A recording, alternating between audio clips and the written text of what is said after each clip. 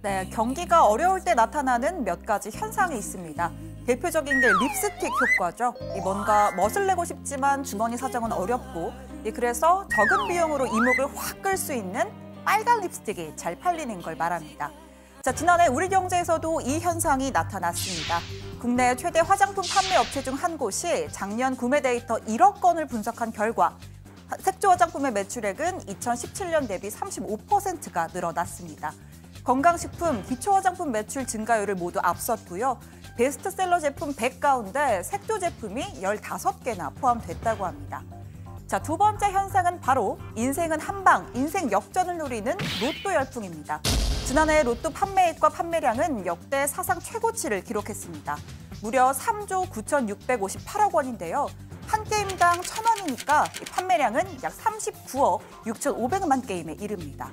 조금 더 와닿게 설명을 해볼까요? 이 총 판매량을 통계청의 인구 추계로 나눠 보면 대한민국 국민 한 명당 로또 76.8장을 산 꼴입니다. 금액으로 보면 7만 7천 원가량을 쓴 건데요.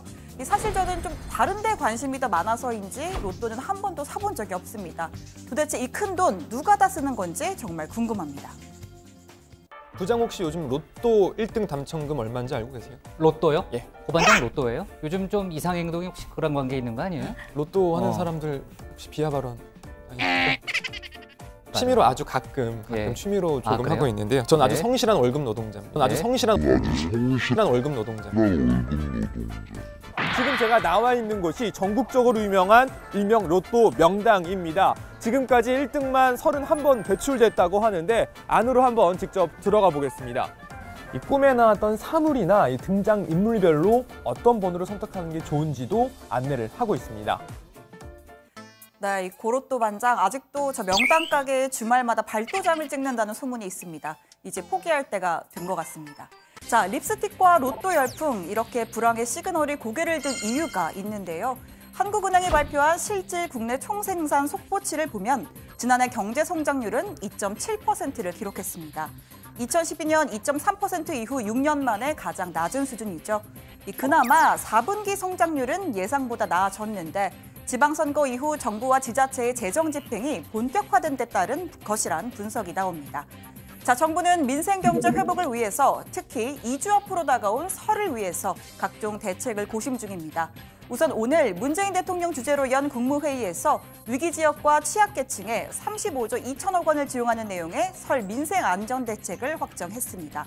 또 영세 자영업자의 부담을 덜어줄 신용카드 수수료 개편안이 담긴 여신 전문 금융법 시행령도 의결했습니다. 이번 시행령으로 신용카드 우대 수수료를 적용받는 곳이 전체 가맹점의 84%에서 96%로 늘어납니다. 어려운 상황을 헤쳐나가고 있는 자영업자 또 소상공인들께 숨통이 트이는 소식이었으면 합니다. 중산층과 서민의 부담을 들어주는 이런 정책들을 더욱 더 많이 발굴해 줄 것을 당부합니다. 당정청도 설 민생안전 대책에 머리를 맞댔습니다. 온누리 상품권 할인율 확대, 또 설 기간 고속도로 통행료 면제와 KTX 역귀송 할인 등 현장에서 체감할 수 있는 방안들이 나왔습니다. 전통시장 상품권 및 지역사랑 상품권의 할인율을 5%에서 10%로 늘리고 구매 한도도 월 30만 원에서 50만 원으로 상향 조정해서 9개 고용산업 위기지역 대상으로 1만 명 수준의 희망근로사업 인건비를 지원하기로 하였습니다. 네, 참고로 오늘 국회에선 정부와 민주당, 또 택시와 카풀업계가 모두 참여하는 사회적 대타협기구 출범식이 우여곡절 끝에 열렸습니다. 그런데 이렇게 손을 맞잡고 선 지 얼마 지나지 않아서 분위기가 급속도로 얼어붙었는데요. 특히 택시업계의 화살이 김현미 국토부 장관을 향했습니다. 카풀이고 뭐고 일단 김현미 장관의 사과의 말 한마디 없이 했다는 게 분개합니다. 2명의 지금 택시 노동자가 희생이 분신을 했는데도 어떻게 뻔뻔스럽게 저렇게 앉아서 아무런 반성의 기미도 없고 이런 작태가 지금 유신 시대도 아니고 이거 너무한 거 아닙니까, 김현미 장관님? 반성의 기미라도 이 자리에서 말씀하셔야 되는 거 아니에요? 이걸 해도 너무하는 거죠. 이런 자리에서 우리가 어떻게 사회적 대타협을 출발을 하고 다음에 무슨 뭐 결말을 내리겠습니까? 사과하세요, 장관님.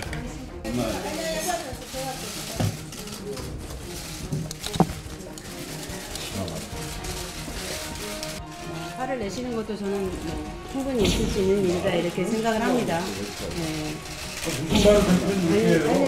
잠깐만 조용히. 제가 말씀드리겠습니다. 그런 비극적 사건이 있었던 데에 대해서는 제가 국회나 또 다른 이런 인터뷰 자리를 통해서 여러 번 죄송하다는 뜻을 밝힌 바 있습니다. 그래서 저희들의 마음은 여전하고요.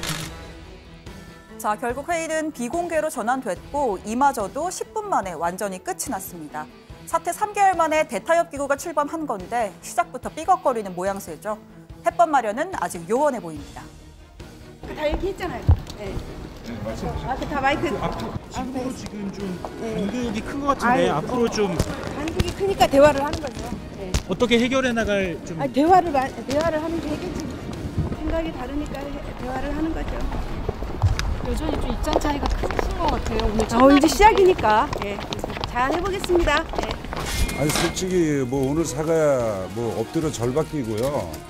저는 그래요. 뭐 이게 뭐 참 느끼는 게 뭐 불쌍한 노동자들이라고 해서 두 분의 죽음이 저희는 솔직히 헛되이 안 하게 하는 게 저희 꿈이거든요.